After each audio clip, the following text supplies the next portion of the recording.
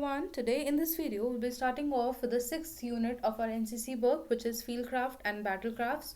So it is another important chapter of our NCC, and there are really, a very large number of topics in this chapter, and it is one of the largest chapter in our book. So I'll be discussing this chapter in a brief. Okay, so you can give it a reading on your own, but I'll be discussing, the most important and essential topics which are there in this chapter. So, starting off with the fieldcraft. Fieldcraft is an art of making the best use of the available ground. While applying fieldcraft, soldiers can attack the enemies in a smarter way. So what is fieldcraft?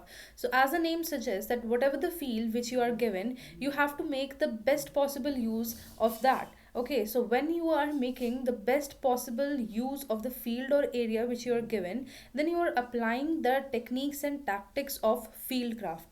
Okay, now there are various advantages of field craft which is that जब भी कोई tactical problems होती है, confusion होती है, या फिर signal से रिलेशन जो आपकी प्रॉब्लम होती है वो आपकी सॉल्व हो जाती है if you are an expert in field craft.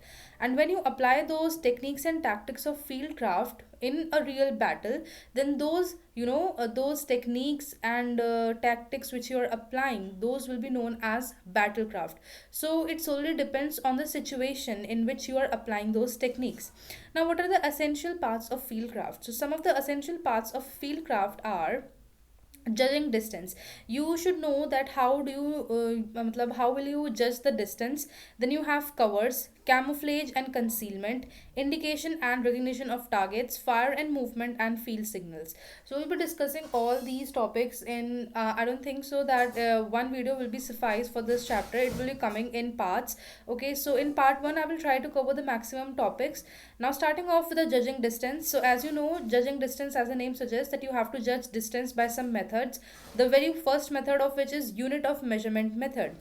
Unit of measurement method में आप क्या करते हैं कि आप कोई भी एक कन्वीनियंट यूनिट लेते हैं. Say for example you have taken 100 yards and I have written on top of this chapter also that 1 yard is equals to 0.9 meters something, which is around 1 meters only. Okay, so let's say you have taken a distance of 100 yards. फिर आप 100 yards के multiples में अपने distance को measure करते रहेंगे. सो इस हिसाब से आप अपना डिस्टेंस जज करेंगे. That is unit of measurement method. आप किसी एक सिंपलेस्ट और ईजिएस्ट यूनिट को पकड़ेंगे और उसके बेसिस पर आप अपना डिस्टेंस को मेजर करेंगे. Then you have appearance method. Appearance method में आप क्या करते हैं कि whatever the size of the object is appearing to the eye, then you assume that what will the distance. Say for example, अगर आपको human का पूरा फुल पिक्चर दिख रहा है with all the parts properly visible, then you are at a distance of 200 yards. But if it is visible at a kneeling position, then you are at a distance of 250 yards. These are the some of the criteria which you need to remember कि when you are at a distance of 200 yards आपको full human picture दिखता है. जब आप 250 yards पे होते हैं, you see a person as he और she is in a kneeling position. When you are at a distance of 300 yards from a particular person, the face turns diminish. It means you can't see the face structure of that person properly, and at a distance of 400 yards face cannot be recognized, and it is just a standing person which you can see. Okay, then at a distance of 500 yards the body of the shoulders look comparatively taper and the body movements can be noticed. So जब आप 500 yards के distance पे होते हैं, आप movements को notice कर सकते हैं. Other than that you cannot judge whatever the body structure of that person is. Then 600 yards पे जब आप होते हैं, so you just see that particular person as a point और डॉट. ओके, सो आप इस हिसाब से अपीयरेंस के मेथड पर भी आप अपने डिस्टेंस को जज कर सकते हैं over this criteria which is given here. Then you have the bracketing method. Bracketing method में आप क्या करते हैं कि आप पहले एक एस्टिमेशन करते हैं कि लाइक मिनिमम डिस्टेंस मेरे से इतना हो सकता है एंड मैक्सिमम टू मैक्सिमम इतना हो सकता है, तो और फिर उसका आप एवरेज करते हैं. सो आप मिनिमम और मैक्सिमम डिस्टेंस अपना एस्टिमेट करेंगे और उसके हिसाब से जब आप एवरेज करके निकालेंगे, that method is known as bracketing method. Then you have section average method. Section average method में आप क्या करते हैं कि से फॉर एग्जाम्पल आपके पास एक पर्टिकुलर सेक्शन है and there are assume that in a particular section there are 8 to 10 soldiers. So what will you do? You will tell each of your soldier to calculate the distance according to their own estimate. So for example, there are for the understanding, we're assuming that there are only 2 soldiers in a section. Okay, हालांकि 2 से ज़्यादा होते हैं. So just for the ease we are assuming that there are only 2 soldiers in one section, और दोनों ने अपना अपना डिस्टेंस दिया. One is saying that the distance is 100 yards and the other one is saying that the distance is 120 yards. Then what will you do, that you will plus 100 plus 122 120 divided by 2, because as there are two soldiers involved in it. So that is section average method, यानी कि आपके section में जितने soldiers हैं आप उनका estimate लेंगे divided by total number of soldiers which are there in your section. तो आप उनके एवरेज निकाल लेते हैं और उस बेसिस पे आप अपना डिस्टेंस एस्टिमेट करेंगे। ठीक है, कि उसके बीच में ही वो एवरेज आपका लाई करेगा कहीं ना कहीं। ठीक है, then another method which is given for judging distance is key range method. इसमें आप क्या करते हैं कि आप as a name is suggesting key range. So जो भी आपका एक रेंज है उसमें आपको ये की पॉइंट आइडेंटिफाई करेंगे। से फॉर एग्जाम्पल आपने कोई माइलस्टोन ले लिया है या फिर टेलीफोन पोल्स ले लिया है, और एक की इमेज जब आप आइडेंटिफाई कर लेंगे और फिर उस इमेज को पकड़कर आप अपना डिस्टेंस एस्टिमेट करेंगे। So that is key range method. Then the last method is halving method. Halving method में आप क्या करेंगे, सबसे पहले जो भी ऑब्जेक्ट है जहाँ तक का आपको डिस्टेंस कैलकुलेट करना है, आप उस डिस्टेंस को आधा कैलकुलेट कर लेंगे and then you will double that distance. Okay, so let's say that there is an object and आप उसका आधा डिस्टेंस कवर कर रहे हैं 100 yards, then you will double it, तो एक्चुअल डिस्टेंस उसका 200 yards है। ठीक है, so just for the ease of calculating the distance सबसे पहले आप आधा डिस्टेंस कैलकुलेट करेंगे उस ऑब्जेक्ट से, और जब आपने आधा कर लिया तो उसका आप डबल करके अपना पूरा डिस्टेंस कैलकुलेट कर लेंगे। अब कुछ सर्टन प्रॉब्लम्स हैं जो कि डिस्टेंस को मेजर करते हुए you could face, and some of them are कि आपको प्रॉपर लाइट अगर विजिबल नहीं है तो आप अपना डिस्टेंस करेक्टली मेजर नहीं कर सकते। If the sun is just before the eyes then you can not measure the distance properly.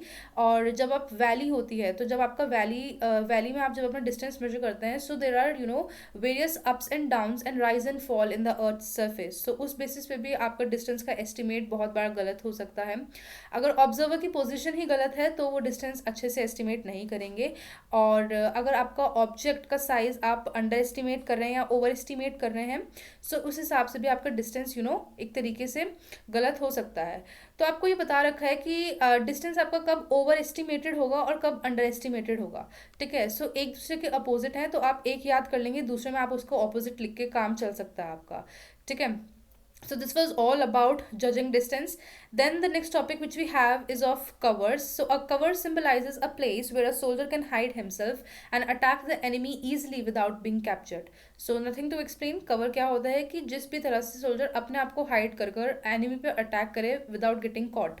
ठीक है, सो दैट इज कवर। एक तरीके से आप प्रोटेक्शन लेते हैं और फिर उस हीडियस जगह में आप रहकर अपने एनिमी पे अटैक करते हैं। So that is the definition of covers which is given है।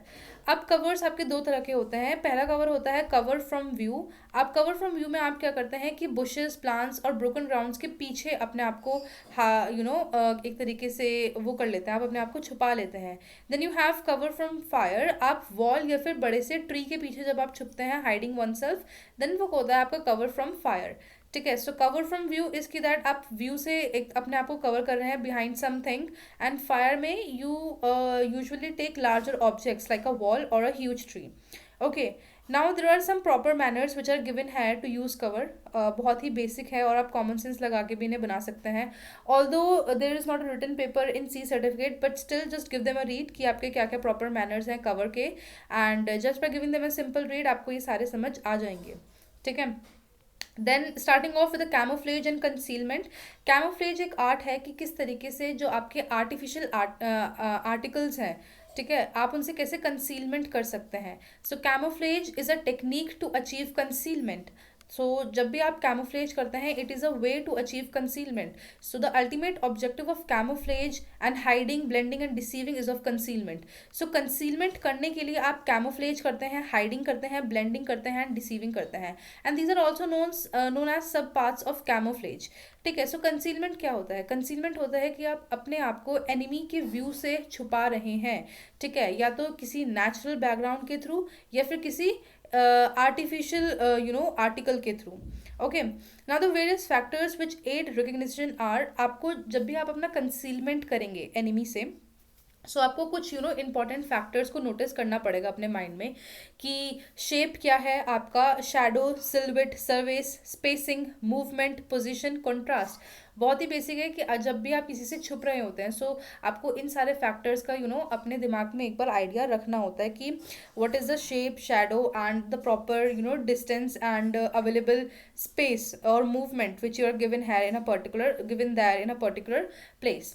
तो कंसीलमेंट आपको पता चल गया कि जब आप अपने आप को एनिमी के व्यू से बचा रहे हैं, either through a natural surrounding और थ्रू अ आर्टिफिशियल सराउंडिंग। ठीक है। अब कंसीलमेंट करने के लिए आप कैमोफ्लेज यूज कर सकते हैं। कैमोफ्लेज में आप अपने आर्टिफिशियल आर्टिकल्स यूज करते हैं। So say for example the soldiers which are appointed in a snowy area, say for Ladakh region, so you have seen that their costumes, the soldiers which are there on patrolling, their costumes are of white color. That is for a reason. Why? To submerge them or to camouflage them in their environment. Similarly, जो आपके army के soldiers होते हैं उनका uniform green होता है। ठीक है। Just to conceal them in the greenery of the environment, जो उनका, क्योंकि वो फॉरेस्ट एरिया में उनके मोस्टली ऑपरेशंस कंडक्ट होते हैं। So that is camouflage. Hiding क्या होता है कि आप कंप्लीट कंसीलमेंट करते हैं। ब्लेंडिंग होता है जब आप किसी इन्वायरमेंट के हिसाब से अपने आप को ब्लेंड कर लेते हैं। ठीक है। So whatever the whatever the costume और the uniform which you are wearing और the whatever the combat you are wearing, when it is matching with your background, that is blending. Deceiving क्या होता है? Deceiving होता है कि आप बन कुछ हो रहे हैं, that you are disguising something as other, so it stimulates an object or disguises it so that it appears to be different. ठीक है। वट आई विल से कि डिसीविंग में आप क्या करते हैं कि इसका I could have shown a picture of you for this but it's not possible right now. कि जो आपके सोल्जर्स होते हैं which are appointed in high altitude areas, say for example Ladakh, so जो आपके वहाँ पे सोल्जर्स होते हैं, what they do is that they just to to know whether there is infiltration in that particular region, वो अपने आप को डिस्गाइज करते हैं एज अ नेचुरल बैकग्राउंड। ठीक है। ब्लेंड करके ही वो डिसीविंग को एक तरीके से अचीव करते हैं। सो कंसीलमेंट के बहुत सारे आपके मेथड्स हैं जिनके बारे में आपको पता होना चाहिए। And I think that is all for camouflage and concealment. The other topic which is given here is principles of good camouflage and concealment. आपको अपना shine, shape, shadow, skyline, movement, very basic and very common sense वाली thing. ठीक है। तो आपको इसमें कुछ ऐसा समझने की ज़रूरत नहीं है। Just give them a simple read. Then the other topic which we have here is of indication and recognition of targets. So how will you indicate and recognize the targets when you are there? ठीक है। सो आपको इसमें just give them a read, इसमें कुछ important नहीं है। आपको सिर्फ ये याद रखना है कि जो आपका ग्राउंड है वो 3 पार्ट में डिवाइड होता है। ठीक है। सबसे पहला आता है आपका foreground which is up to the distance of 300 yards. Then 300 to 500 yards के बीच का जो डिस्टेंस होता है वो आपका मिडिल डिस्टेंस होता है। और 500 यार्ड्स के बाहर आपका जितना भी डिस्टेंस है that is the distance. Okay. आप मतलब ग्राउंड का जो भी आपका वो डिस्टेंस है उसको आप डिस्टेंस ही बुलाएंगे। ठीक है। So foreground is up to 300 yards, 300 to 500। तो you just need to remember these brackets which are given here, क्योंकि इन्हीं ब्रैकेट्स में आप अपने ग्राउंड को डिवाइड करते हैं। ठीक है। Now there are types of grounds which are given here. सबसे पहला होता है आपका ब्रोकन ग्राउंड। ठीक है। ब्रोकन ग्राउंड में आप अपना कवर अच्छी तरीके से ले सकते हैं, लेकिन इसमें आपका मूवमेंट जो है वो बहुत ज़्यादा स्लो होता है, because there are many rise and fall in the structure of the earth surface over that. Then we have dead ground. Dead ground is something which is not visible to the observer. Then you have open ground जो कि flat observation है और बहुत easier और quicker movement इसमें होता है। High ground में आपका movement अच्छा होता है and आपका जो भी field of fire है पूरा एक तरीके से आपका movement इसमें बहुत ज़्यादा smooth और clean रहता है। लो ग्राउंड इतना डीप नहीं होता है as dead ground, but yes there is some fall in that ground. Then you have slopy ground जिसमें आपका स्लोप होता है एज यू नो, जो कि आपका स्लोप वैलीज में और माउंटेनियस रीजन में आपका पाया जाता है। ठीक है। Some of the common mistakes are given है जो कि लोग करते हैं। So just give them a read. I think this is not much important. Okay. Then we have indication of simple targets. आप अपने टारगेट को कैसे इंडिकेट करेंगे? So there are various methods of indicating the targets. सबसे पहला आपका method होता है by simple naming, कि आप अपने टारगेट को सिंपल नेम कर देंगे। For example number 1 section 300 factory. So the target is 300 factory, आपने सीधा उसका नाम लिया and that is simple naming. Second होता है आपका bye general line of direction. ठीक है। जनरल लाइन ऑफ डायरेक्शन में आप क्या बताएंगे कि जो भी आपका टारगेट है और उस टारगेट का डायरेक्शन आप बताएंगे। So for example section 3 half left हट, यानी कि आपका जो हट है वो आपका टारगेट है and the direction from that particular soldier और from that particular section of soldier is half left, यानी कि जब आप अपने हाफ लेफ्ट मुड़ेंगे तब आपको अपना टारगेट मिलेगा विच is a hut. Then you have by last target. Last target जो भी होता है आप अपने लास्ट टारगेट इसमें इंडिकेट करेंगे स्लाइटली राइट। इसमें भी आपका मोस्टली डायरेक्शन का ही यूज़ होता है when you are indicating to your particular target. Okay, then we have indication by description, simple famous targets. ठीक है, for example section bridge, यानी कि bridge is a famous point or key mark over their particular area. So आप किसी भी, जब आप famous चीज को जो कि है वहाँ पे आज जब आप उसको indicate करके अपना target बता रहे हैं, so that is indication by a famous target. Then you have indication by direction और range. इसमें क्या करते हैं कि आप अपना डायरेक्शन भी देंगे और रेंज भी देंगे. फॉर एग्जाम्पल जब आप डायरेक्शन देंगे सो हाफ राइट मॉस्क, जब आप रेंज देंगे 300 मॉस्क, यानी कि the range is 300 yards. Okay, usually हम यार्ड्स में ही लेते हैं, but if there is some other unit of measurement then the section और the soldiers are aware about that. ठीक है, और जब आप बोथ करते हैं so number 1 section half right 300 मॉस्क, so half right is the direction and 300 is the range. Okay, then we have indication of difficult targets. Now sometimes हम जितने भी हमने ऊपर 5 मेथड पढ़े, सो यूजुअली हमारे यही 5 मेथड होते हैं किसी भी टारगेट को इंडिकेट करने के लिए. लेकिन समटाइम्स आप के जो टारगेट्स होते हैं that might be difficult to refer, तो उसके लिए आप कुछ अलग मेथड्स यूज़ कर सकते हैं. फॉर एग्जांपल आपका आता है reference point method. Reference point as a name is suggesting कि आप किसी पॉइंट का या फिर किसी हेल्प मार्क, यानी कि एक जो लैंडमार्क होता है, लैंडमार्क को आप लेंगे और उस लैंडमार्क के हिसाब से आप अपना जो भी आपका टारगेट है उस हिसाब से बताएंगे. ठीक है, for example half left temple, name of the temple जो भी है आपका हेल्प मार्क, और स्लाइटली राइट बैनियन ट्री. ठीक है, यानी कि बैनियन ट्री के स्लाइटली राइट में आपका टारगेट है. सो किसी भी दूसरे लैंडमार्क का जब आप रेफरेंस लेके अपना टारगेट बता रहे हैं, so that is the reference point method. Then you have by general line of direction. General line of direction में आप क्या करते हैं, section 500 look forward, single tree, name of the tree, slightly left, 3 trees. ठीक है, सो आप उन्हें direction के वे में बता रहे हैं. सो ऑलमोस्ट आपके जितने हमने 5 मेथड पढ़े उनसे ही सिमिलर हैं, बस इसका नाम बदल दिया गया है. Nothing hard to learn. Then you have clock ray method. So as a name is suggesting आपको डायरेक्शंस क्लॉकवाइज टर्म्स में आपको पता चलेंगी. For example 12 o'clock to from your direction, 3 o'clock from your direction. So यानी कि जब आपको clockwise और एंटी क्लॉकवाइज या फिर क्लॉक की उसमें आपको जब डायरेक्शंस मिलेंगी, so that is clock ray method. Degree method, जब आपको डिग्रीज बताई जा रही है कि what is the degree of the target from your position in to your range.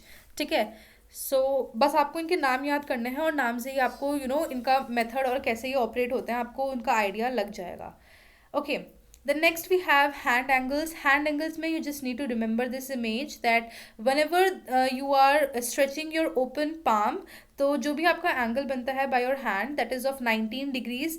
If we are measuring it from your index finger to your last small finger, then the angle is of 12 degrees. So the distance between an open arm from thumb to the last finger and from the index to last finger is 19 degrees minus 12 degrees. Okay, so this was the question which was asked in my practical.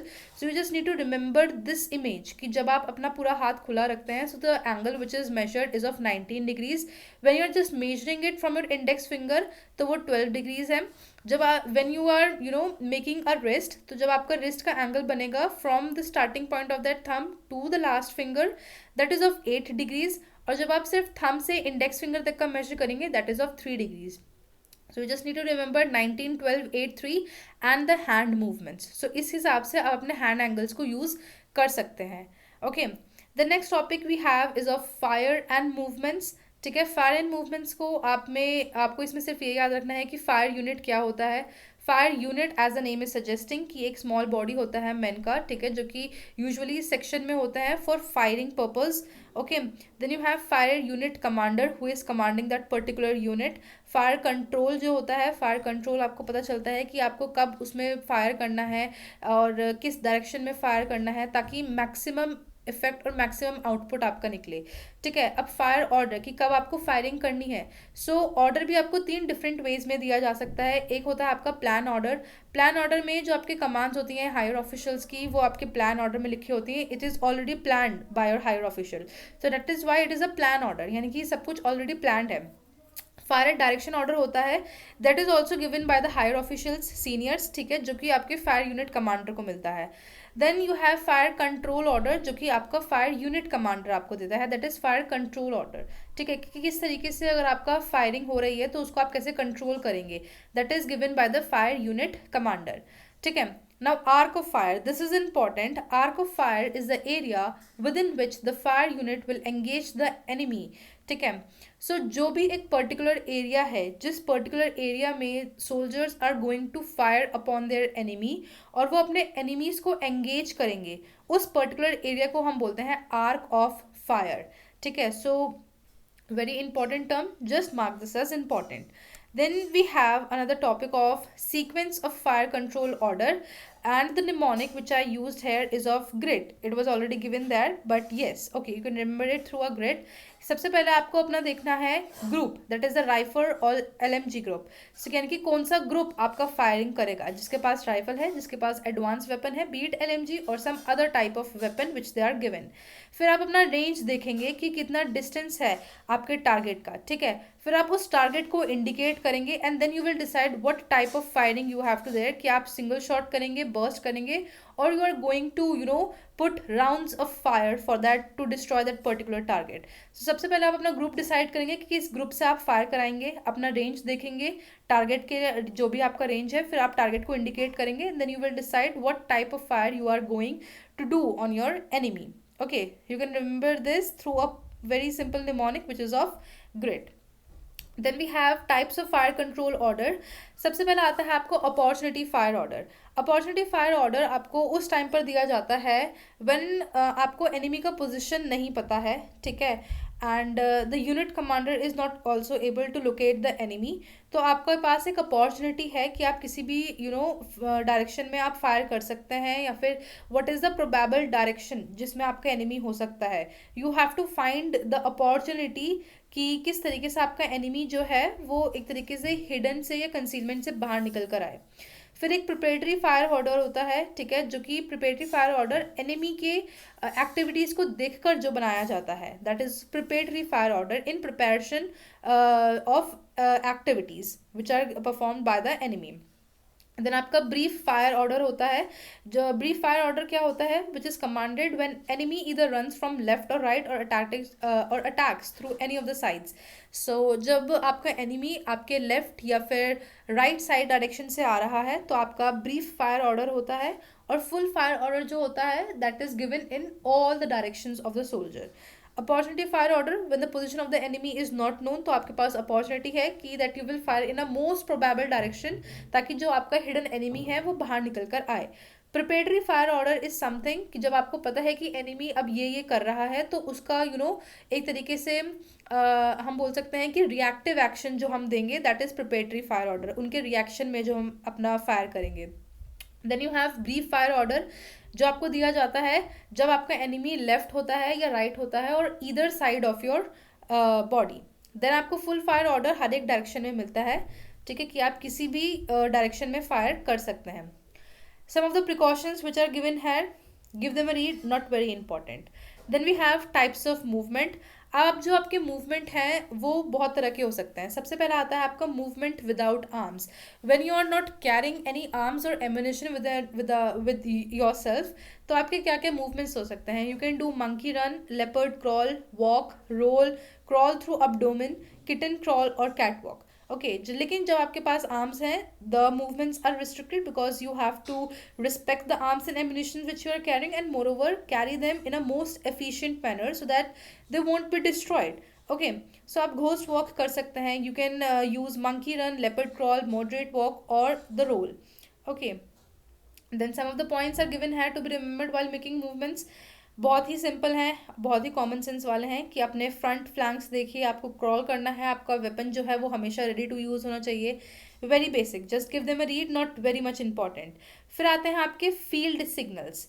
ठीक है. सो field signals is a very important and a very long topic, so I'll be continuing this topic in next video. So I think this is enough for the part 1 of this chapter because it is a really very long chapter, so I don't want to cover this whole chapter in one single video, otherwise it will be a video of 4 to 5 hours something.